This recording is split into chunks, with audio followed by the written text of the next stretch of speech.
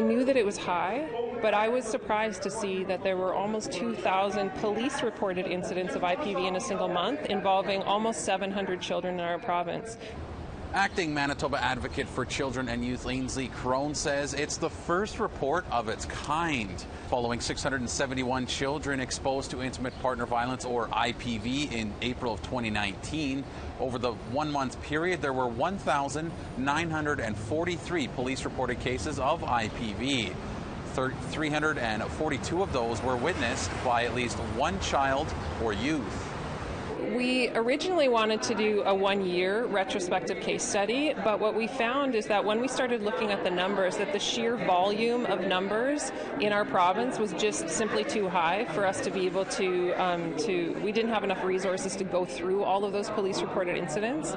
And that in itself is a really shocking finding, that violence is so prevalent and so common in our province that we just couldn't even look at a single year. 82% of the children who witnessed IPV were Indigenous.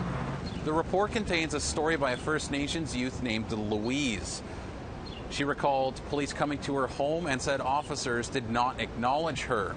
She felt scared she may be taken away from her parents, and she didn't receive help for her trauma until she went into the child welfare system. Like the numbers really are should be a wake-up call for all of us, that even though we know that it's happening, like the numbers are very clear that it is a significant issue that needs significant examination and investments to change the course for some of those families. The report says early childhood exposure to IPV has been associated with mental health issues later in life, causing symptoms of depression, anxiety, and post-traumatic stress disorder. Trevor Morasti works with the Youth Ambassador Advisory Squad, who works with the Advocate's office. He witnessed IPV as a youth and hopes the report can lead to more support and hope.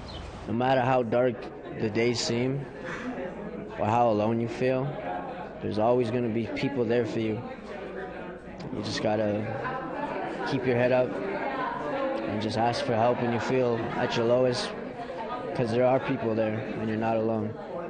The Advocate made recommendations that include culturally safe supports for Manitoba children exposed to IPV.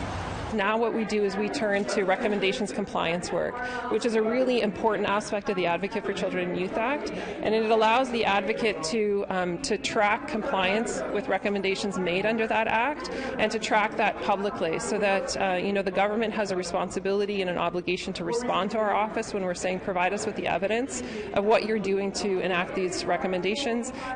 The report will be ongoing with no set timeline in place. Daryl Stranger, APTN National News, Winnipeg.